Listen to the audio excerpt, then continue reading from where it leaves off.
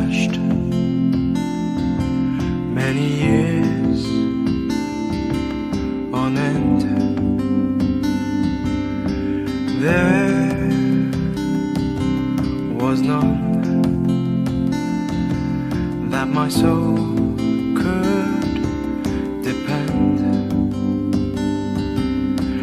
My soul cries out for your presence in here. This very hour,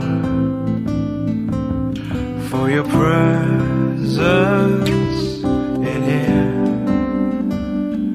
In His name I find, in His name I find, in His name I find the peace I seek. In His name I find, in His name I find, in His name I find the joy I seek.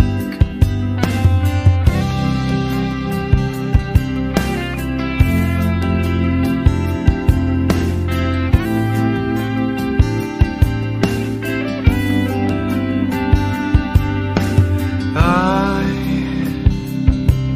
have searched many years on end. There was none that my soul could depend. My soul cries out for your presence in here. This very hour, for your presence in here. In His name I find, in His name I find, in His name I find the peace I seek. In His name I find, in His name I find, in His name I find the joy I seek. In your presence I am free from the chain that has bound me. In your presence I am calm, waiting for the kingdom come. In your presence I am free from the chain that has bound me. In your presence I am calm, waiting for the kingdom come. In His name I find, in His name I find, in His name I find the peace I seek.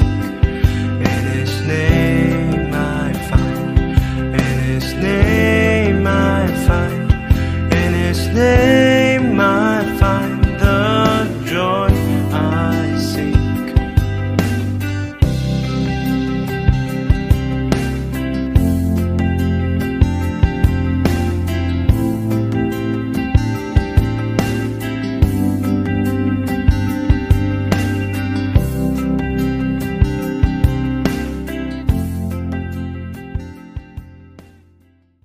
Hallelujah! Purihin natin ang Diyos sa oras na ito. Pwede natin itaas ang iyong kamay. Pwede kang humindang sa Panginoon. Pwede kang magsabi kung gaano kabuti ang Diyos sa iyong buhay.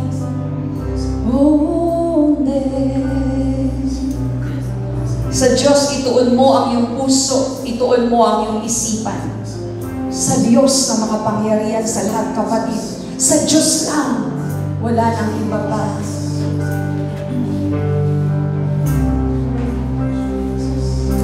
Awitin man namin lahat ng awitin, O Diyos. Hindi mapapantayan, hindi matutungbasan ang iyong kabutihan sa aming mga buhay.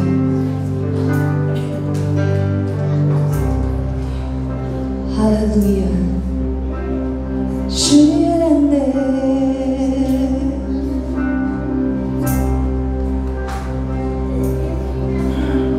Awitin ko man lahat ng awit sa mundo, di kayang ilarawan ang kadakilaan mo. Kulang ang lahat ng tula, kulang maging mga salita upang ihayag ang kabutihan mo. Awitin ko man lahat ng awit sa mundo, di kayang ilarawan ang kadakilaan mo. Kulang ang lahat ng tula, kulang maging mga salita upang ihayag ang kabutihan mo. Wala kang katulad, wala nang hihigit sa'yo. Wala kang katulad, wala nang papantay sa'yo. Ikaw ang Diyos, noon pa man, maging ngayon at kailanman. Sa habang panahon, wala kang katulad. Isa pa po, awitin ko man. Awitin ko man lahat ng awit sa mundo, di kayang ilarawan ang kadakilaan mo.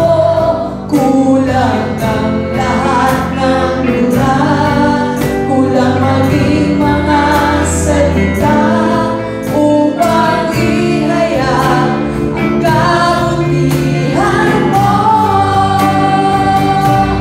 Wala kang katulad, wala nang hihigit sa'yo. Wala kang katulad, wala nang papantay sa'yo. Ikaw ang Diyos, noon pa man, maging ngayon at kailanman. Sa habang panahon, wala kang katulad. Wala kang katulad, wala nang hihigit sa'yo. Wala kang katulad, wala nang papantay sa'yo. Ikaw ang Diyos, noon pa man, maging ngayon at kailanman. Sa habang panahon, wala kang katulad.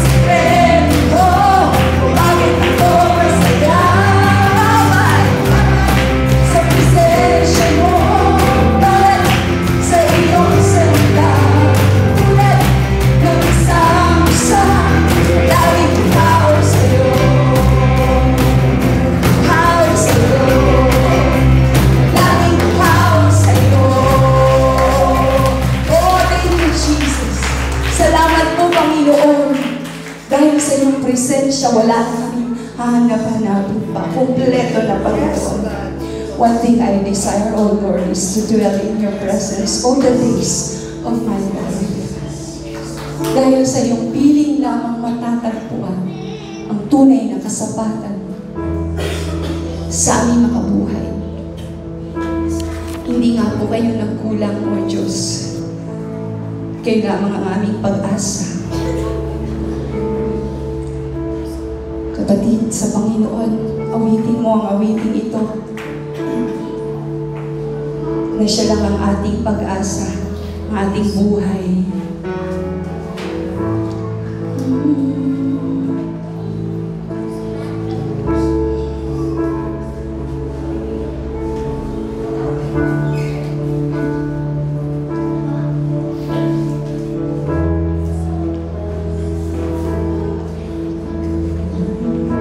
Pag-asa ko, tanging ikaw ang buhay ko, Jesus.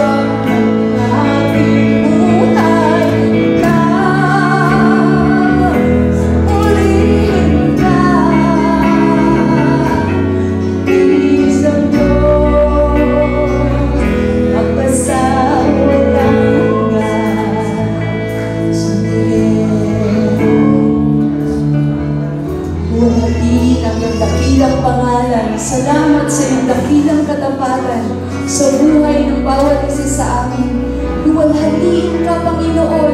Kayo ang Diyos na mahiwaga. Kumikilos ka sa mga pagkakataon sa aming buhay na kamangha-mangha, Panginoon. Kaya Lord, niluluwalhati po namin kayo. Lahat ng pagpupuri, ang pasasalamat at pagdakila ay aming ibinibigay sa iyo lamang, aming Panginoon na tagapagligtas, aming Panginoong Jesus. Lahat po ay magsabi ng Amen. Amen and Amen. Purihin natin ang malakas sa ating Panginoong Diyos. Mabuhay.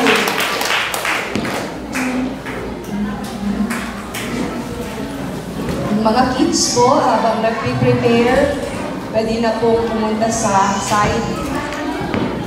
At dito po sa, yan, may mga upuan pa po. God bless us all. Magpalain tayo ng Diyos sa araw na ito. At napakabuti ng ating Panginoon na nagsama-sama muli tayo sa linggong ito upang papurihan ng ating Diyos ng mga pangyarihan sa lahat. Yan. Praise God.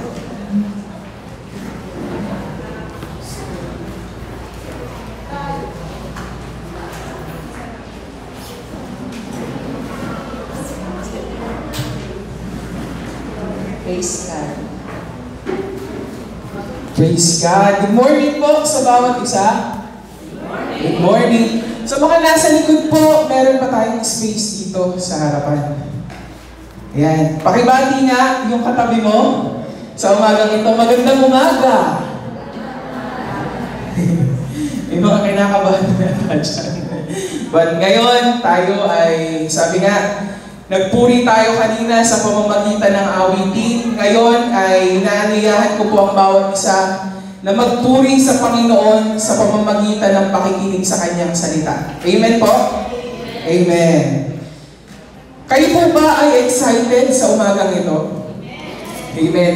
Kahit sino po ang tumayo sa harapan ninyo, let us be excited dahil ang salita ng Diyos hindi nagbabago. Amen po? Makapangyarihan, buhay, at nakakapagpabago ng buhay. Amen po?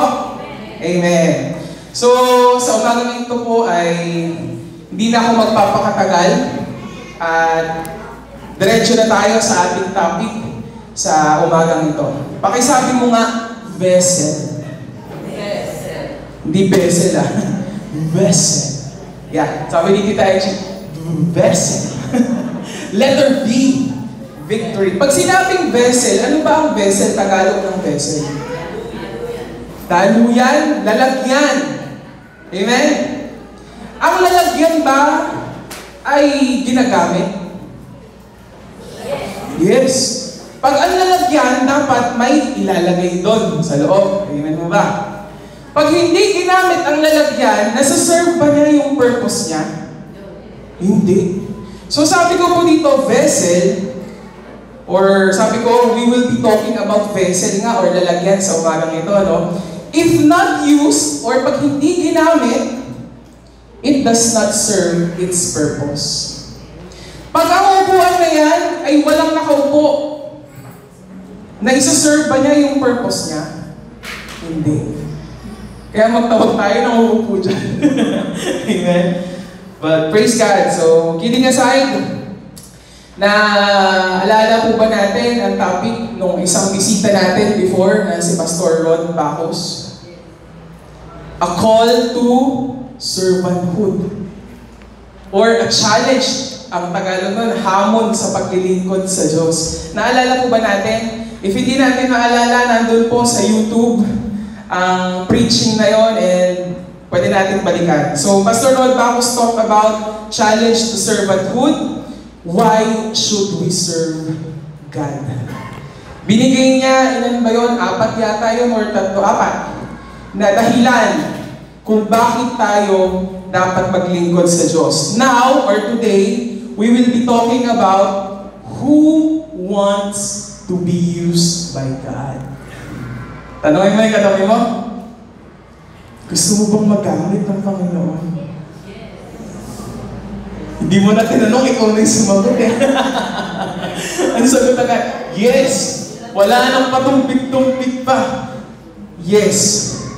So, admit it or not, sa puso ng bawat isa po na nandito, we have that desire.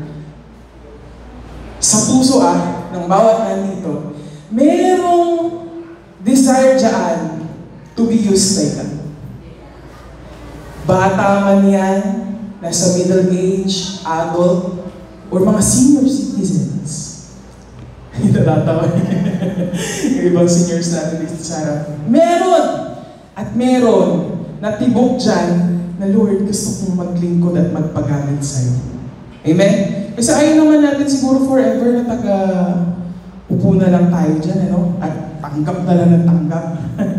Diba? Kaya nga ngayon Diba? Panahon ng eleksyon, daming gustong maglingkod sa barangay. But now, hindi yun ang topic natin. Ngayon, magpapagamit tayo sa Panginoon. Sabi mo, magpapagamit ako sa Panginoon.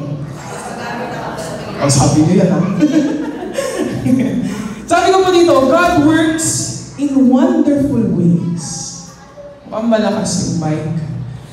God works in wonderful ways. Sabi mo nga, wonderful ways. Wonderful. For He is a wonderful God. Amen ba? Yes, ginagaya pa ni Sister Esme. Wonderful. Amen? God works in wonderful ways, not always in a very dramatic. Kasi tayo, iniisip natin, pag kumilos ang Diyos, bongga. Amen? But it's not always like that. But ways, minsan kumikilos siya sa kapamaraanan na simple, at minsan kumikilos siya sa kapamaraanan na hindi natin ma-imagine na pagkilos ng Panginoon. Amen po ba? Ito po we often think that God's ability to use someone is confined lang sa mga ministers na tumatayo dito, like pastors, preachers, even sa music team. Na yun na lang ang nakikita natin. Na pag sinabing gagamitin ng Panginoon, kailangan mag-preach. Magtuturo sa kids. Sa kids, sa youth. Pero hindi lang po doon. Sabi mo nga, hindi lang yun. Kasi pag yun agad ang tinignan natin, pag nag-serve pala kay Lord, kailangan tatayo sa pulpit. Hindi. Amen po? Amen. So huwag tayong malula. Huwag tayong malula sa panawagan ng Panginoon na tayo ay maglingkod sa Kanya. Sabi ko dito, we often think that God's ability to use someone is confined to pastors, preachers, teachers, and ministers, etc. But that's not always the case. Hindi palaging ganon, It can happen to anybody. Sabi mo nga, anybody. Pag sinabing anybody, hindi lang dun sa mga talentado. Hindi lang dun sa magagaling magsalita. Hindi lang dun sa magaling magpaawit o tumugtog dyan. Hindi lang doon. Kasi pwede kang maggamit ng Panginoon. Sabi dito nga, it can happen to anybody. Tignan mo yung katabi mo. Mahiyain yan, may edad na yan, bata pa yan, magagamit yan ng Panginoon. Amen? Sabi mo nga, magagamit ako ng Panginoon. At kung ginagamit ka na ng Panginoon, patuloy magpagamit sa Panginoon. Amen? Amen. Sabi ko dito, anybody can be an instrument in God's hands. And anybody can be used by God regardless if you are good in speech or not. May kakilala ko, dati mahiyain. Ngayon, napaka-bold magsalita. Kasi hinayaan niya na kumilos ang Diyos sa kanyang buhay. Amen po? In 2 Timothy chapter 2 verse 20, basahin ko sa Tagalog, hindi ko binigay kay Tintin kasi English doon. Pero napakaganda ng translation dito sa salita ng Diyos, yung like the version ni Ating Rona. Sabi dito, sa isang malaking bahay, may mga kasangkapangyari sa ginto at pilak, at mayroon ding yari sa kahoy at putik. Ginagamit sa mahahalagang okasyon ang mga kasangkapangyari sa ginto at pilak, at ang mga kasangkapangyari naman sa kahoy at putik ay sa pang-araw-araw na gamit. Okay. Sabi ko dito, there are many different roles in God's house. May iba't ibang role. Ano ba Tagalog ng role?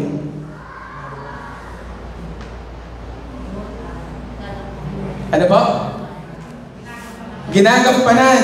Tama naman, di ba? Hindi naman palaging pwede lahat na nasa bahay ay magulang. May anak, tama mo ba? Hindi naman palaging puro nanay lang ang nandun. May tatay, tama po ba? So may iba't ibang gampanin sa tahanan. Each are significant and important. Pag sinabing significant or important, kahit iba-iba yung ginagampanan mo, sa isang kabuuan na picture, importante ang bawat ginagampanan ng bawat isa. Amen po? Some roles or some gampanin or ibang gampanin ay visible and some are less visible. Tama po ba? For example, here. May maganda bang sounds na lumalabas kung walang magmamanage na sound technician sa likod? Wala. So, may ibang role na nakikita ng marami at may ibang role na hindi nakikita ng tao. Tama po? Ang sabi po ni Paul dito, malaking bahay. Sabi mo nga, malaking bahay. Pag sinabi malaking bahay, maraming linisin. Nakakapagod maglinis sa malaking bahay. Pero usually po, sino po ang mga nagmamay-ari ng mga malalaking bahay? Mayayaman. Tama naman po, di ba? Mayayaman. And there, in that house, sabi nga dito, may mga kasangkapang iba-iba. Yung iba, yari sa ginto. Yung iba, yari sa pilak or silver. Yung iba, yari sa wood. And yung iba, yari sa putik or clay.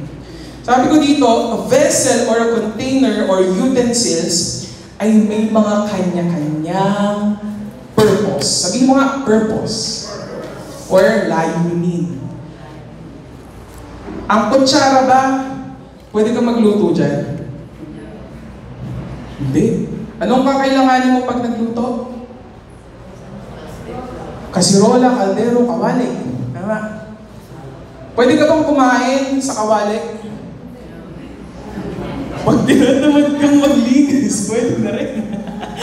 Kung saan ka nagtirito, ano? But hindi ganon. So, ang sabi ko dito, made of gold or silver, pag sinabi natin, yung gamit ay gawa sa ginto o pilak, anong unang-unang pumapasok sa atin? Sa isip natin? Mahal! Yung mga nagmamine-mine, ano? Yung mga platong babasagin, puti, makintab, yung kutsara magkapares pa talaga, kutsara tinidor. Okay. Tapos, may iba naman, wood and clay. Pag sinabing wood and clay, compared to the gold and silver, pag sinabi natin yung gold and silver mahal, yung wooden, tsaka yung clay na mga lalagyan, anong unang pumapasok sa isip natin? Less expensive. Tama po. Kumpara sa mga talagang gold and silver na utensils. Sabi ko po dito, mura and used for everyday household. Lalo na sa kitchen, ano? Naranasan niyo na po ba?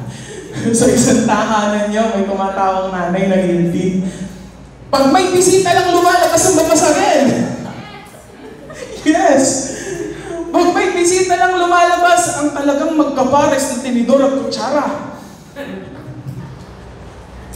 Pag may bisita lang, lalabas ang malaking bandihadong paglalagyan ng napakasarap na ulam.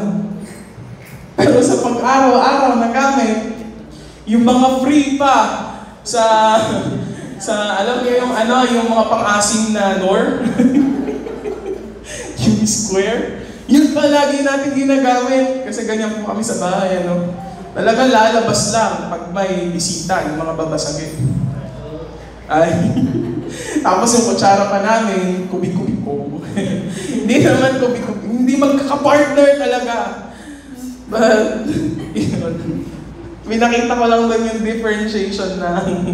difference ng gold or mga mamahalin na bagay sa mga pang-everyday use. Mga nanay dito tumatawa, guilty po ba kayo?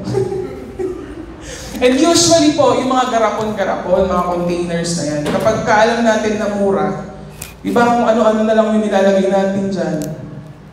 Spices, flour, oil.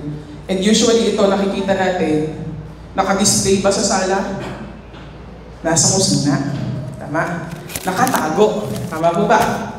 Amen. Sabi po dito, Paul teaches us here that all kinds of vessels and or people are needed in God's kingdom. Tayo po, tignan niyo po yung katabi niyo. Vessel yan. Lalagyan yan. At tayo, hindi naman pare-parehas ng ginagampanan. Pero sinasabi ni Paul po dito na lahat ng lalagyan or vessels are important. Sabi mo sa katabi mo, you are important. Na pag nawala yan, something wrong will happen. Okay? Kaya titigan mo yung katabi mo, pag yan nawala, parang pilay, ano? Ganun sana tayo. Pag nawala ang isa, magiging pilay. Amen? Sabi ka dito, imagine a house full of things made of gold or silver. Pumasok ka sa isang bahay ng mayaman, isang mayaman. Tapos nakita mo yung mga gamit niya is talagang mamahalin. Ano ang gagawin natin? Baka yung lakad natin, ganyan na lang. Kasi, natatakot kang kumilos dahil baka basag ka. Parang sa mall, di ba? Sa mall, kapag ka may anak kang lakad balikot, tapos nagpunta ka sa mga aisle ng mga baso, kutsara, ay, naku naman. Talaga, di ba? Nakikita ko yung mga nanay na iba namimili pag gano'n eh. Halina, dito tayo! Huwag tayo dyan sa mamahalin kasi pag nabasag mo, babayaran mo. Tama? So pag sabi ko dito, you'll be afraid to move there because you might break things that are expensive. And ito ang maganda. For a house to fully function well, it needs a regular pots and pans. Sa isang tahanan, kahit malaki yan or puro mamahalin ang gamit niyan na naka-display, tignan mo sa kitchen, meron pa rin at meron na mga regular na pots and pans na ginagamit ng mga tao na yan. Tama po ba? Di ba tayo, dinidisplay natin yung mga kasirola natin mamahalin. Pero punta ka, di ba may tinatawag tayong kitchen, may tinatawag tayong dirty kitchen, na andun yung mga gamit na kalimitahan lagi nating ginagamit sa pang-araw-araw. Tama po ba? Tama. So, pare-pares ko pala tayo ng bahay.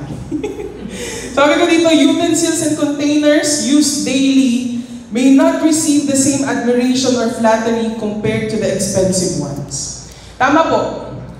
Hindi natin usually nabibigyan ng importansya yung mga gamit natin na pangkaraniwan compared sa mga bagay na mamahalin. Di ba pag yung sa mga, sino mga nagmamain-main dito ng mga gamit before? Talaga naman, bibili ka pa ng cabinet. Para lang maitago mo yung binili mong mamahalin. Tama? And hindi mo naman itatago yung cabinet na yun, ipapakita mo pa yun. Kung saan? Sa sala. Wala na siguro sa sala. Sa kusina. Tama? So, guilty tayo dito na yung mga karaniwan na ginagamit natin na mga kasangkapan sa bahay, hindi masyadong na-appreciate compared sa mga mamahalin. Tama po? Pero ito po, but those kinds of wares or yung mga ordinary wares or utensils, casseroles or pans are needed. Sabihin mo nga, needed. At hindi pwedeng mawala. Tama po ba? Mamahalin ka o mumurahin, ikaw ay may halaga. Sa kasangkapan yun May halaga. Sabihin mo may halaga. at hindi ka pwedeng mawala. Paul, dito po sa binasa natin na passage kanina, Paul lets us know that all kinds of vessels or people with different functions and roles are needed. Paulit-ulit natin itong ididiinan sa araw na ito. Mamahalin o hindi, visible ang role mo or tago, ikaw man ay public servant or hindi, may halaga ka sa kingdom ng Panginoon. Amen po?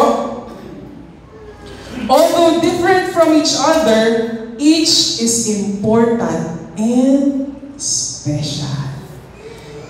Hindi yung special na special. Kasi merong mga special childs na ba? Children pala, hindi lang childs. Sabihin mo sa katabi mo, you are important and special. Okay. Totoo po yan. We are important and special. Each serves at a specific purpose. Different gifts and different talents, but each person is vital. Pag sinabing vital, important. Important, yes, to the operation of God's house, of the house of God. So dito, sa isang lang dito sa ating church, hindi naman lahat ay gifted to sing. Amen? Hindi naman lahat ay gifted to cook. Hindi lahat ay maganda, yung pagmumiti ay talaga nakaka-welcome. Tama? Hindi naman lahat ay kayang tumugtog. Kaya iba-iba po ang function. Depende sa ating mga giftings. Kaya hindi mo pwedeng sabihin na, okay lang kahit wala ka. Kasi, importante yan. Amen? Amen po? Amen. Hindi mo kasi pwedeng sabihin na kaya ko lahat. Sige nga. Kaya mo lahat? Kailangan natin ng isa't isa. Sabi mo nga, kailangan kita. Hindi tayo kailangan ng Diyos, pero kailangan natin ng Diyos. At kailangan natin ang kapwa natin. Amen? To fully function in the house of God. Example, gaya ng nasabi ko po kanina, ang sinulat ko na example dito is a concert. Usually, pag sinabi natin concert, merong isang artista doon na talagang nabibigyan ng atensyon. For example, Taylor Swift. Hindi naman ako, pero sikat kasi, Taylor Swift. Concert ni Taylor Swift, pupunta kami. Pero hindi ako yun, yung iba. Pero ito, sa concert, although siya ang star, sa tingin nyo magpa-function or magiging successful ang isang concert without the sound technician? Magiging successful kaya ang concert pag walang light specialist? Hindi pong may pag-ganun. Magiging successful kaya ang concert at magiging maganda kaya si Taylor Swift that day or that night kung walang makeup artist? Maganda siya, simple, di ba? Pero pag walang makeup artist, hindi ma-enhance yung itsura niya during the concert. Pag walang coordinator, magiging successful kaya ang concert? Okay, yung makeup artist, coordinator, light specialist, and even the sound technicians, nakikita ba siya during the concert? Visible ba sila sa stage? Hindi. Pero nasabi natin kanina, hindi magiging successful ang concert kung wala sila. Amen? Kaya ang gusto ko lang pong i-emphasize dito sa ngayon is, visible man yung role na piniplay mo, or hindi, you are vital or important para mag-function at maging successful ang lahat. Amen? Sabihin mo sa sarili mo, puro sa katabi importante ako. Importante ako. Sabihin mo na nga din, huwag kang mawawala. Kasi kulang tayo. Kulang ako. Wala ka. That's applicable din dito. Hindi lang sa love. But here, for us to function well, dito sa iglesia na pinagkatiwala sa atin ng Panginoon, kailangan walang mawala. Amen po? Kapag may nawala, katukin. Hilahin. Kagaya sa group namin, basic accountability group namin, pag nawala ang isa, chat na yung iba. Sige, sasok ka na! Diba? Kailangan may accountability tayo sa isa. Sabi ko po dito, usher ka man, nasan si Matt? Wala. Ayun, si Matt. Usher ka man, taga-ngiti ka man, taga-welcome ka man dyan. Sa kitchen ministry ka man. Ako, dati galing din po ako sa kitchen ministry, kaya humanda rin po kayo. Prayer! Sino po ang asan yung mga prayer warriors natin dito every Friday nagpupunta? Kaya nila magtaas. Sound technician, si Kuya Joel nandun, or even sa iba. Multimedia. Worship team. Minister. Sa kids, sa youth, sa women, sa men, sa mga susunod na panahon, pagdating siguro ni Pastor. And even, kung teacher ka, estudyante ka, at kung ano man ang role mo na piniplay, not just here in the church, but in our community, wala pong grade sa bawat isa na yan. Lahat ay pantay-pantay. At sinabi ko po dito, all are great opportunity to be used by God. Kung saan ka man nakabilang ngayon, kung dito sa church or outside the church, that is an opportunity for you to be used by God. Nanay ka man, sabi nga even when you eat or when you drink, dapat nakakapagbigay kapurihan sa Panginoon kasi yun naman talaga ang essence ng pagka-create sa atin ng Lord Create tayo ng Lord for ourselves ba? Ang sabi sa kanyang salita, we are created by Him and for Him. Sabihin mo nga, para sa Kanya. Okay? Amen. Don't let the devil tells you that your role is less important or less than the other. You are important in God's house. Regardless of the role you have right now, consider it an honor that God would use you in His house. Kung ano man, sabi ko nga, kayo ang nakakaalam kung saan ka man belong sa community or here in the church. Whatever role you play, be faithful kasi karangalan na mapaglingkuran ng ating Panginoon. Kung tayo nga nagpupumahog, maglingkod sa bayan, maglingkod sa nakakataas na opisyal, how much more our Creator? Amen? Pag andyan na yung mga VIPs, hindi ka na magkanta kung mahog.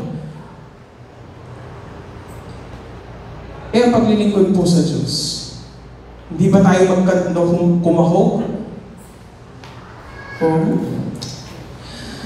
Tutulog na lang ako kayo sa umatin. Siesta time, tapos ganito. Pero pag may schedule na pagpunta ng VIP, talaga naman araw pa lang, excited ka na. Isipin po natin, Diyos ng mga Diyos at Hari ng mga Hari. Hindi ka talo kapag ka naglingkod ka sa Kanya. Nakikita man o hindi ng tao, ang mahalaga, nakikita tayo ng Diyos. Amen po? Master your position, fulfilling its responsibilities with an excellent attitude, and watch Him move you to a higher level. Kasi, for example, ngayon, taga-upo ka, or taga-pakinig, be faithful na nakikinig at hindi ka natutulog. Amen? And watch God move into your life and He will move you sa higher level. Sino pong excited? Amen! Sino pong excited na magamit ang Panginoon? Parang hina. Amen. According to Julia Kite po, siguro Maikli lang po ito. There are 7 different kinds of vessels. Lang, 10:30 na, sabi mo 7. Maikli lamang po ito. Sa una, medyo mahaba, pero the succeeding, I promise, itatouch lang natin. Number 1, chosen vessel. Sabihin mo nga, chosen vessel. Yung katabi mo, pinili yan ng Panginoon. Amen? Wala kasing aksidente sa Panginoon. Even sa kinauupuan mo ngayon, nakatakda ngayon yan sa araw na ito. Amen po ba? Chosen vessel. Sinabi po dito sa Ephesians 1 verse 4, tayo ay pinili. Sabi mo nga, ako ay pinili. And sabi po, every child of God, taas na po ang kamay ng anak ng Diyos. Pag hindi ka nagtaas ng kamay, ewan ko lang. Nagtaas din po ako Every child of God is a chosen vessel. Sabi mo nga, ako ay pinili. Pinili ka na may different or iba-ibang role. Yung role ni Sister SP, iba sa role ni Sister Pina. Ang role ni Sister Pina, iba sa role ni Sister Ami. Iba-iba. Sabi mo nga, iba-iba. Some may be like a beautiful vase that everyone sees. Pwede kang isang magandang, ano ba Tagalog ng vase? Paso. Sabihin na lang natin, paso. Pinaglalagay ng magandang bulaklak, tapos saan ilalagay yung magandang vase na yon? Sa tago? Sa exposed. Makikita ng maraming tao. Meron din naman na it may seem like they are insignificant. Sabihin natin insignificant. For example, sa isang tahanan, ang balis, ang basahan, ang pang-agiw, saan po nakikita? Sa likod ng pinto. Sa sulok-sulok, tama po ba? Sa likod basta sa likod, tago. Pero pag wala po ang walis, wala ang basahan, wala ang pang-agiw, may magagamit ka kaya para maglinis ng bahay? So, hindi ibig sabihin na tago yung role mo or kita ng maraming tao yung ginagampanan mo ay less important ka na. Okay? Okay po? Importante ka. Sabi pa po dito, oftentimes, those of the simplest or ordinary that serves the greatest purpose. Kagaya nga ng naging example natin yung walis, mga panlinis, di ba? Mga small things yan. Pero sila yung minsan o kadalasan na nakakapag-serve pa ng mas maganda.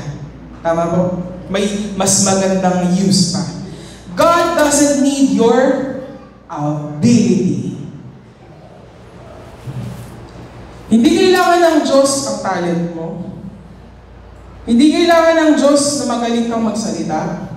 Hindi kailangan ng Diyos na achiever ka. Hindi kailangan ng Diyos na magaling ka. Amen? Sabi dito, God doesn't need our ability, but our availability. Naalala ko yung pinatatak na t-shirts before ng mga kabataan. I am available to serve the Lord. Diba? Are we available to be used by God? O masyado tayong abala sa ibang bagay? Huwag mong tignan yung kapwa mo, no? Huwag mong tignan kung magaling siya magsalita. Huwag mong tignan kung magaling siyang mag-lead. Ang tignan mo yung Diyos na kikilos sa buhay mo. Amen po? May mga example dito, no? Sabi ko ba dito, God uses the unlikely for the impossible and the ordinary to do extraordinary things. Pakikita natin, may mga example dito. Sabi po ng isang writer, Winky Pratney says, those that God used in the past were just ordinary people with an extraordinary master. Example po ng mga tao na ginamit ng Diyos noon, si Gideon. Si Gideon ay pinamunuan ang 300 men. But before that, Gideon ay sinabi doon na siya yung pinakakulelat sa tribo nila. Sabihin na natin, pag kulelat, mahina. Tama po? Hindi magaling. Pero, sabi doon, pinamunuan niya yung libo-libo na ano yun na men, pero dinicrease ng Lord na naging 300 men. At alam niyo po ba na yung 300 na yon are farmers and even shepherds. Pag sinabi na farmers and shepherds, magaling ba sila makipagdigma?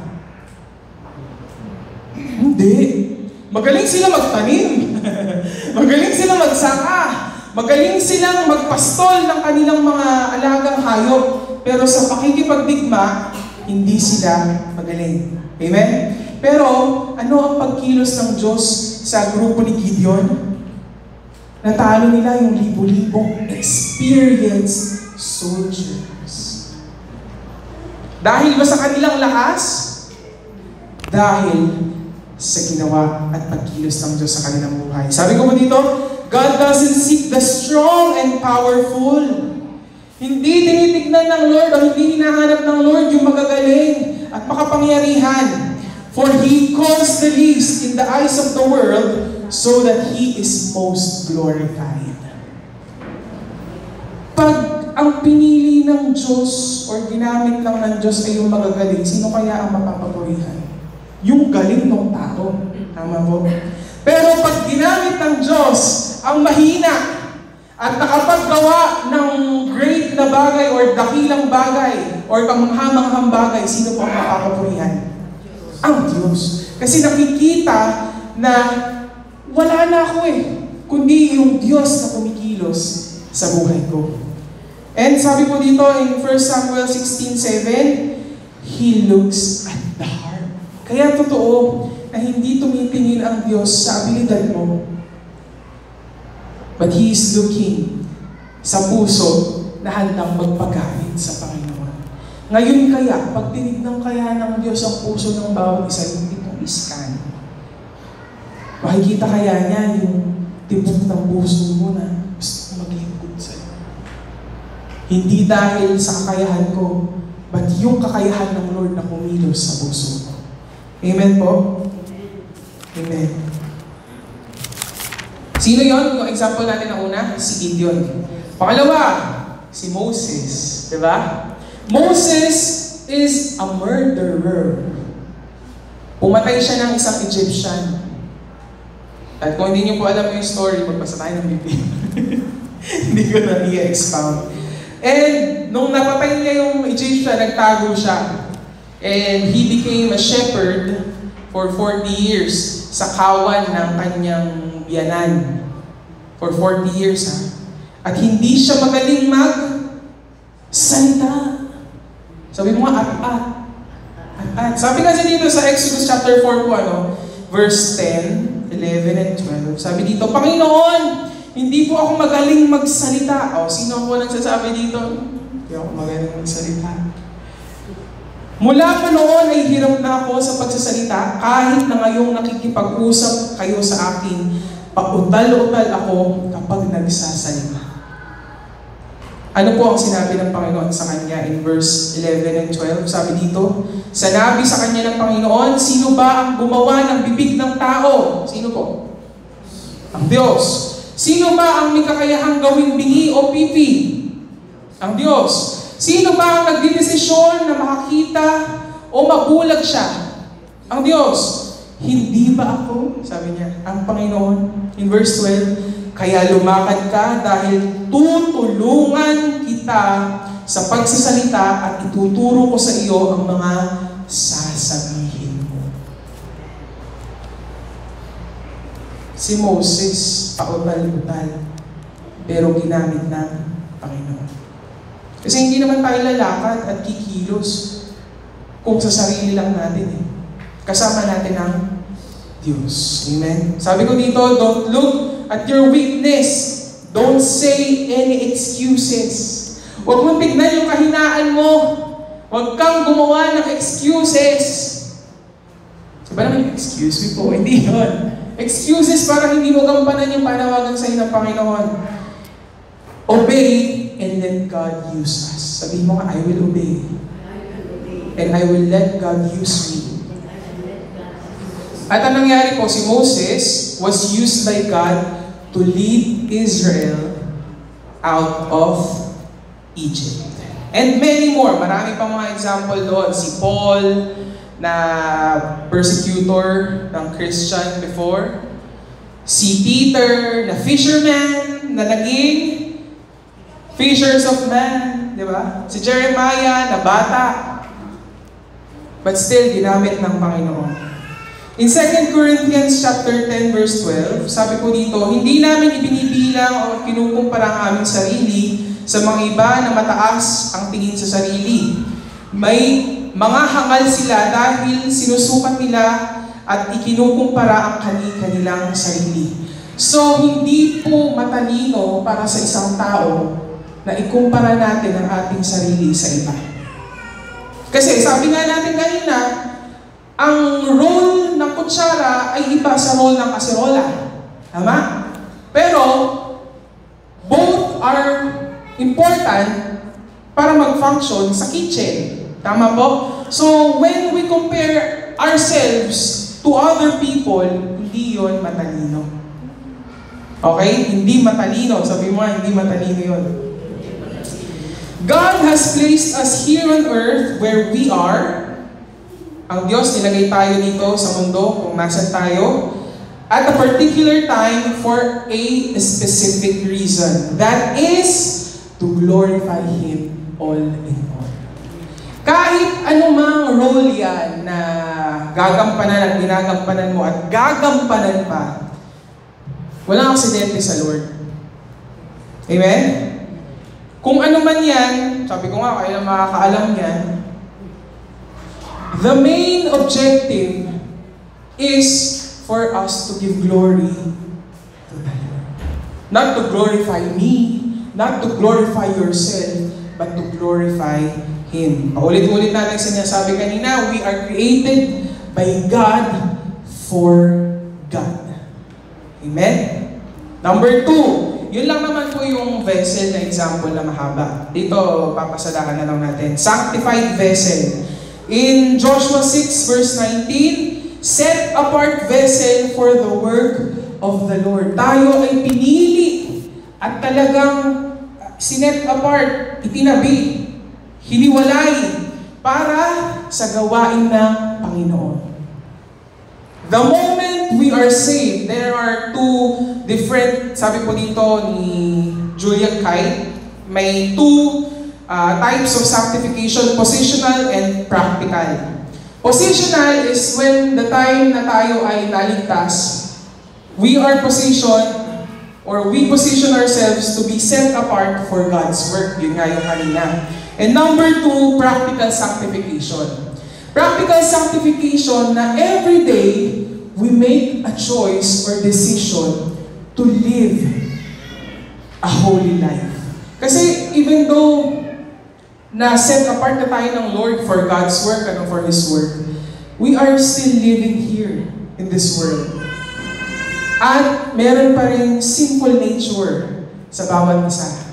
Kaya, we decide every day of our lives na pipiliin mong hindi magkasala. Practical sanctification. Number 3, di ba? Sabi ko nyo, papasadahan lang natin. Number 3, dirty vessel. Number 1, chosen vessel.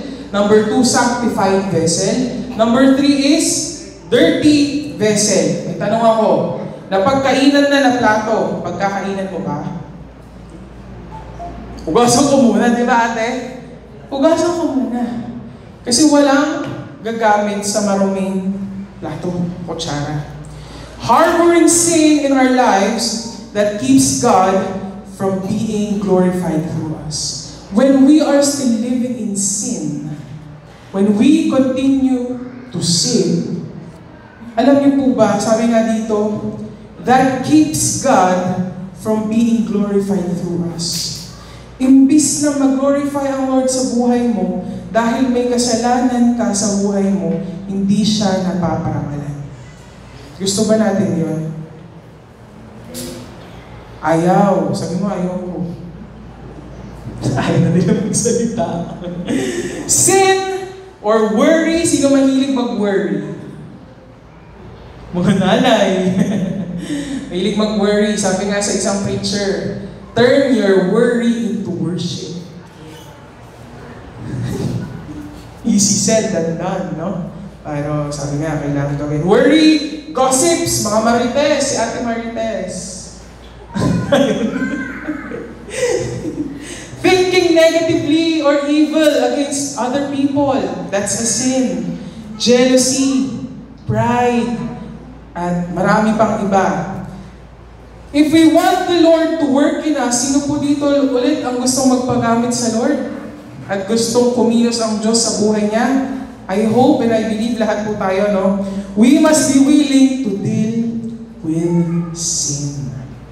Kailangan harapin at i-resist. Tama?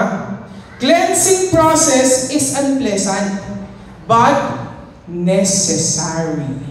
Pag sinabing unpleasant, hindi ka comfortable. Pero kailangan. Amen. Sabi sa, nakalimutan ko kung anong verse, people love the darkness because of their evil deeds. Yes? Ang mga tao, iniibig ang kadiliman dahil sa kanilang masasamang gawa or mga kasalanan. Di ba usually, ang kasalanan ginagawa sa dilim. Tama. Sige nga, nakakita na ba tayo harap-harapan nagnanakaw, pumapatay? Wala. Ginagawa yan sa dilim. Pero sabi dito, cleansing process. Alam niyo po ba, na when we,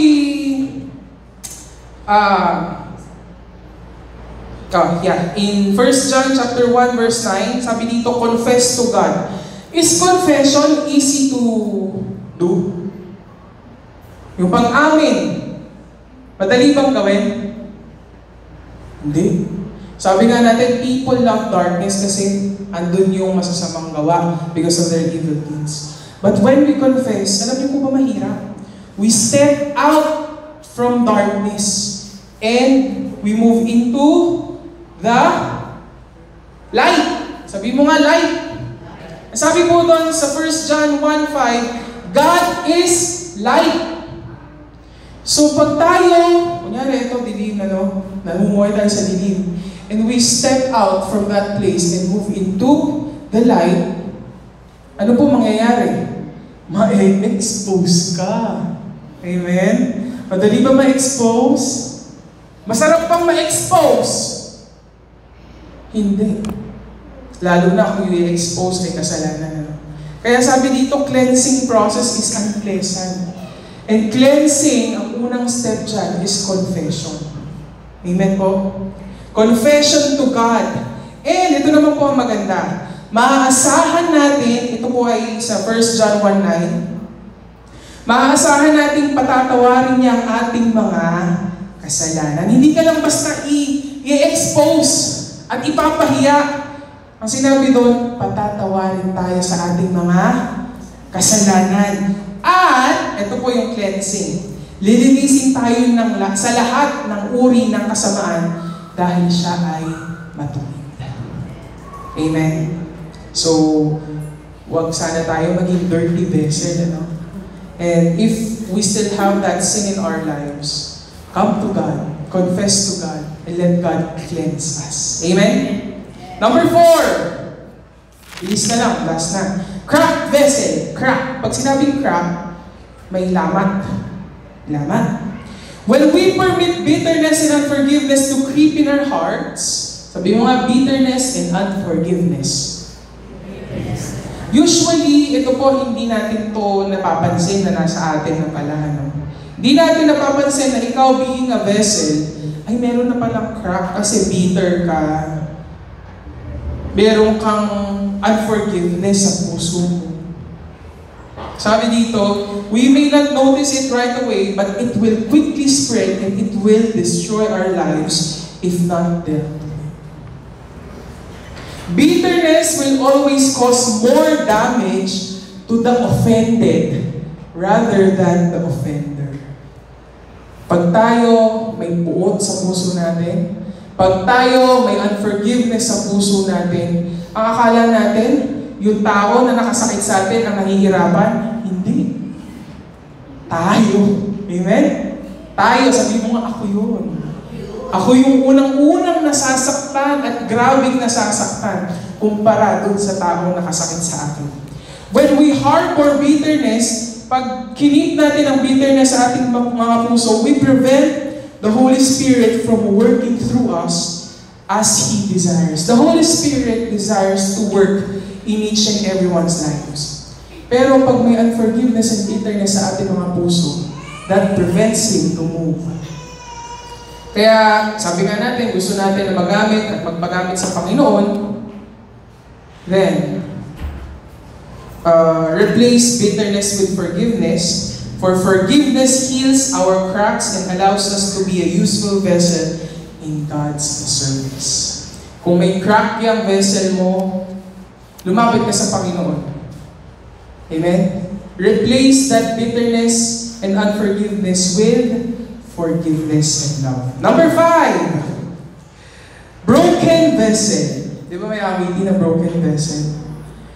A fragile vessel is, or sabihin natin, pag sinabing fragile, minsan ordinary vessel, yung mga ordinary na mga lalagyan, easily chipped. Madali siyang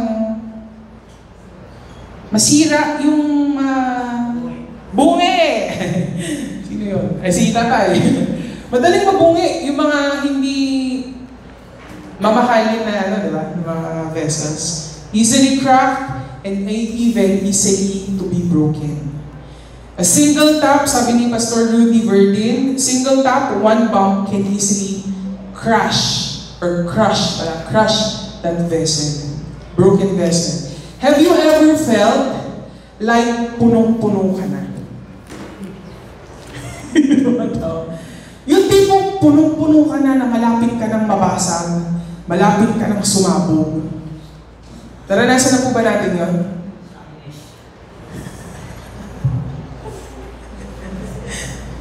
Yung tipong katatapos sa problema, meron na naman. O hindi pa natapos yung problema, may kasunod na. Naranasan na natin? Yes. Sakit, di ba? For example, sa isang family, katatapos ni panganay lagnatin, sumunod si pangalawa. Hindi pa tapos si pangalawa, sumunod yung bunso. Hanggang sa lahat na, nagkasabay-sabay magkasakit. Di ba parang, Lord, nakakapagod. Parang di ko na kaya, sasabog na ako. Utang. Di ako magtatanong kung sino may utang. Di ba? Pag ayan na ang date na pagbabayad, ay, talaga naman. Parang gusto mo na lang sumabog, ano? Sabi ko pa dito, mga due dates, mga bills, naman din namang dumadating, ano? Pero bakit talagang pag andyan na, parang Lord, parang, ito na naman. Ito, example ng isang nanay din na kakilala ko. Linggo-linggo o every twice a month, umuwi ang anak. Pag andyan ang anak, ay, allowance. Ay, pang tuition fee. Diba? Susunod-sunod, patong-patong na problema. Amen po ba? Sabi dito, trials always seem to come in multiple. Usually, hindi puro single ang dating eh. Minsan, madami at sunod-sunod. But sabi po dito, God's purpose in all of this is to bring us to the end of ourselves. Pag feeling mo na na-overwhelm ka na ng problema o ng mga concerns in life, God is just bringing us sa end ng sarili natin. Bakit? For us to start depending on Him. Kasi pag sarili mo ang inasahan mo, para kang humilig sa saging. Sa puno ng saging. Pero tayo, pag nag-start na mag-depend at humilig sa Diyos, para kang humilig sa isang konkreto. Kailanman hindi magigiba. Mas matibay pa sa konkreto. May awitin ng mga kabataan, si Jesus ang sandigan, hindi magigiba.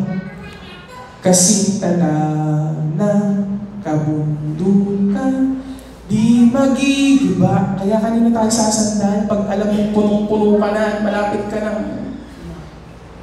sumabog at humapay, sumandal tayo sa Panginoon. Sabi po ni Vance Harper, malapit na po, no? Trust me. God uses broken things. It takes a broken soil to produce a crop. Di ba po, kapag tayo magsasaka, sa mga magsasaka po dito, hindi ka naman agad magtatanim eh. Kundi, magbubungkal, paparotobator mo yan. Tama? Meaning, binibreak pa yung soil para makapagtanim. And eventually, you will reap. A broken cloud to give the rain. Amen?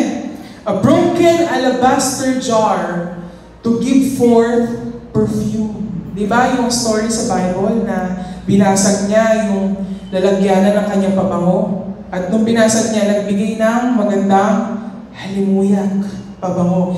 It is Peter's weeping bitterly who turns to greater power than ever. Meaning, when we are broken before the Lord, God, parang you are giving Him an opportunity na makita or ma-reveal kung sino siya sa buhay mo. Kasi end na ng sarili mo eh.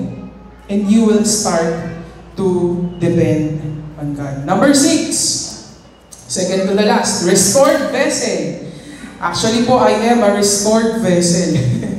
Sa mga nakakaalam ng aking istorya, I am a restored vessel. God allows trials in our lives to refine and purify us. His purpose is not of defeat. Alam niyo po ba na pag tayo ay binasag o nasa state na tayo ay basag, ang purpose ng Lord hindi para ikaw matalo, but for you to be restored. Amen? Meron pong art sa Japan, hindi ko alam kung Japan o Taiwan, nakalimutan ko, na meron, pag merong nabasag na isang pot, nire-restore nila yon. Alam niyo po bang ginagamit nila na pandikit? Gold. Isipin mo, isang basag na lalagyan, tapos ni-restore ka using gold. Ano kaya magiging end product mo? Pangit ba o mas maganda? Mas maganda. We will become God's masterpiece. Sabihin mo nga, masterpiece.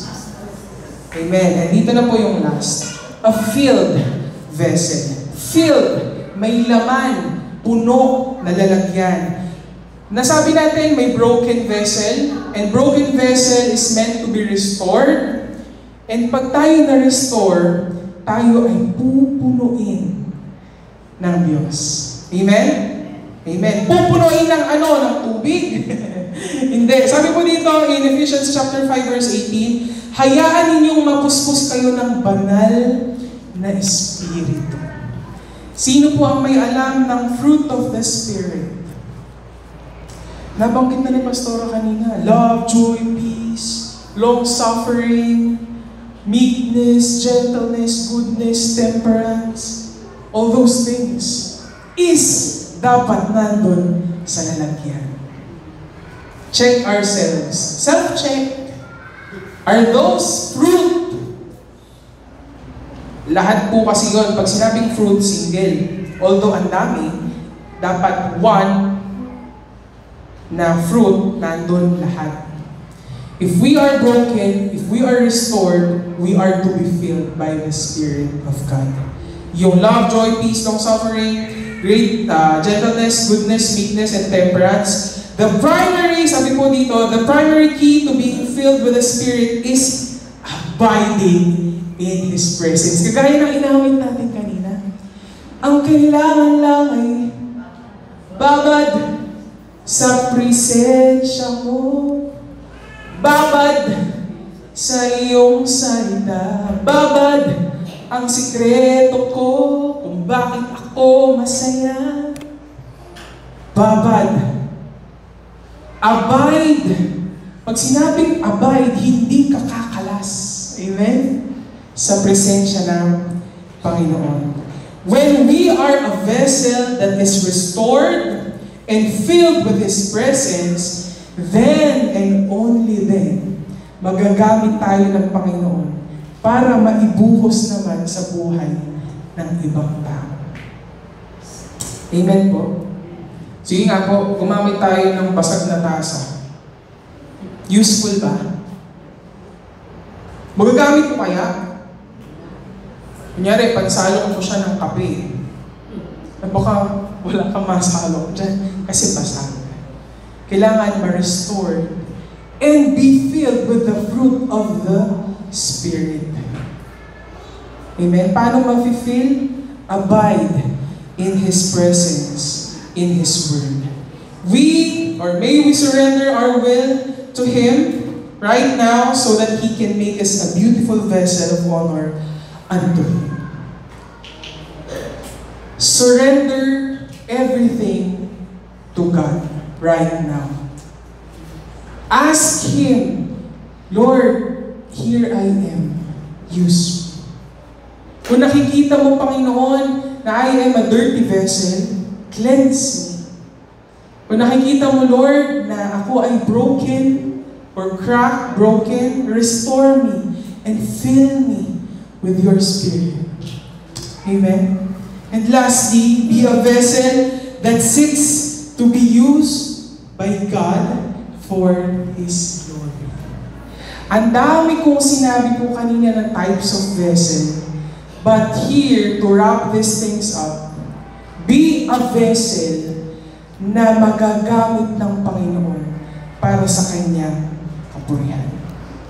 Meron pong awitin na Tagalog, sinabi ko lang kay Kyle kanina, na pwede na tayong tumayo and as I sing this, tapos we will continue to pray, makita ng Lord yung puso ng bawat isa na, Lord, eto ako, gusto kong magpagamit sa iyo. Saliksikin mo yung puso ko, yung buhay ko, and just use me. Use me. Hallelujah.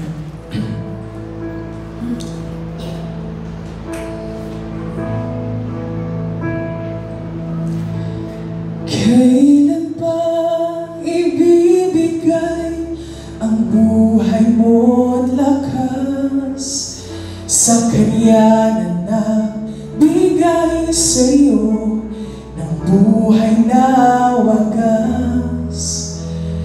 Ang pangalan niyang banal, kailan itatanyag? Kung wala ng pagkakataon at huli na ang lahat, minsan pa, kailan pa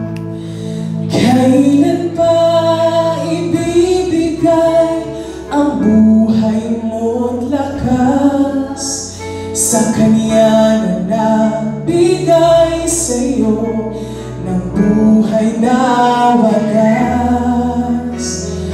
Ang pangalan niyang banal, kailan itatanyag? Kung wala ng pagkakataon at huli na ang lahat, at kung ang araw mo'y lumipas na, makuha mo ba kaya siya ay paglingkuran?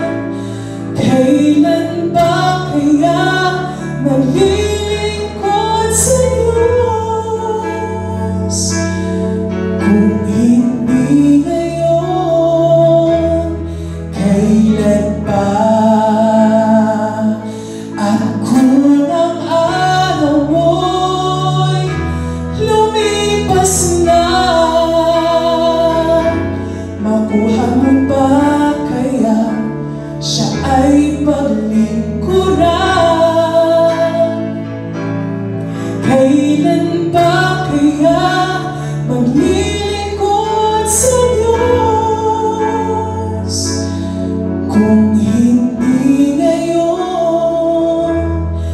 Kailan pa kung hindi ngayon?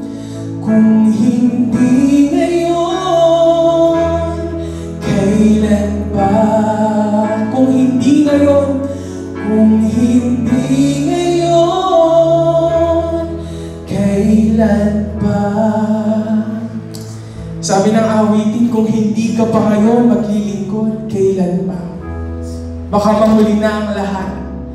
And today, God is calling each and every one of us to decide right now to serve God. Hindi naman kailangan na nandito ka sa harapan. You can serve outside in a simple way of talking to other people about God, about Jesus, sharing Him to other people, sharing His love to your neighbors. That's serving Him. Loving God is serving His people. Lord, we are here right now standing in front of You, thanking You once again, Lord God, for a reminder na tunay nais mo na gamitin ang bawat isa. We are here, Lord God, nakatayo sa iyong harapan. Wala kaming naitatago at maitatago before You. But You know everything, Lord Jesus. You know the condition of our lives. You know the condition of our hearts, Lord God. And right now, we pray, Panginoon, na kahit anuman, Panginoon, yung nakikita mo sa aming mga puso, makita mo pa rin yung desire to really be used by You. Use us in every way, Panginoon, na nais mo. In every talent, Panginoon, and every giftings that You have given us. Use us, Panginoon. Help us to use those things to give glory to You. And even, sabi mo nga sa iyong salita, even we eat nor drink, Panginoon, may this give glory and worship to You, Lord God. You have created us, Panginoon, just to give glory and worship to You. And Lord, we are asking You right now to help us live that purpose, Panginoon. Na magbigay ng pagpupuri, magbigay ng pagsamba, magbigay ng pagluwalhati sa Iyong pangalan, Panginoon. Pakagamitin mo yung buhay na ito, Lord God, buhay ng mga bata, sa pinakabata at buhay hanggang sa mga tao, Panginoon, at anak mo na nandito ngayon na advancing age, Lord Jesus. For You are not limited, Panginoon, sa age, and You are not even limited by our flaws. You are not even limited, Panginoon, sa kung ano man yung hindi maayos sa amin. But Lord, andito kami umaasa at nagnanais, Panginoon, na maging karapat-dapat, Lord God, para magamit mo sa iyong kingdom. Cleanse us, Lord, and help us be, Panginoon, na maging karapat-dapat to serve You, Lord God. Because that is our purpose, to serve You and to give glory to You alone. We continue and I continue to pray for each and every one, Lord God, mula sa pinakabata hanggang sa pinakamatanda, even, Panginoon, sa nakakarinig ng tinig na ito, Lord God, I pray, Lord Jesus, stir up the desire, O Lord, in our hearts and even in our minds and even in our lives, Lord God, na tunay mapaglingkuran ka. Na tunay na magpagamit sa iyo, Panginoon. Matunay na makapagbigay ng kapurihan sa iyo ang buhay na ito.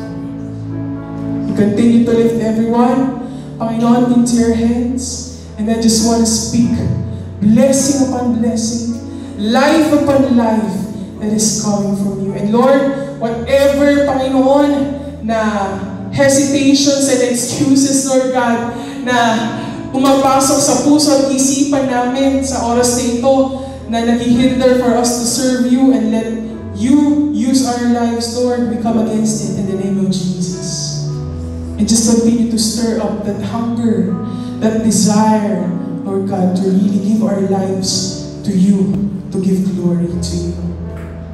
And kung kami man ngayon, Panginoon, ay tunay na naglilingkod na sa iyo, O Diyos, tulungan mo kami, Panginoon, na hindi tumingin sa tao, hindi tumingin sa aming paligid, hindi tumingin sa kung ano yung nakakadistract sa aming paglilingkod sa iyo, but help us to really focus our attention, our eyes on you, Panginoon. Because whenever we are serving you, Panginoon, ikaw ang napapapurihan. At hindi kami nandito na naglilingkod sa iyo to seek affirmation, to seek appreciation from men, but we are here serving you, Lord God, alone to please you, Jesus. Walang iba, hindi ang tao, but you alone, yung gusto namin na malugod sa aming ginagawa na pagsaserve sa iyo. Thank you once again, Lord God, sa salita mo sa umaga na ito. We seal this by the blood of Jesus in our hearts, in our minds, and even in our lives. And Lord God, help us, Panginoon, na maisapamuhay truly itong panawagan mo sa bawat isa, that we can be used by you, Lord Jesus, regardless of anything, Lord God. Thank you, Lord Jesus, for this day once again. We give all the glory and praise to you alone. In the mighty name of Jesus, we pray together with the Holy Spirit, and everybody say, Amen and Amen. Sige pa, pakulayan natin ang Panginoon.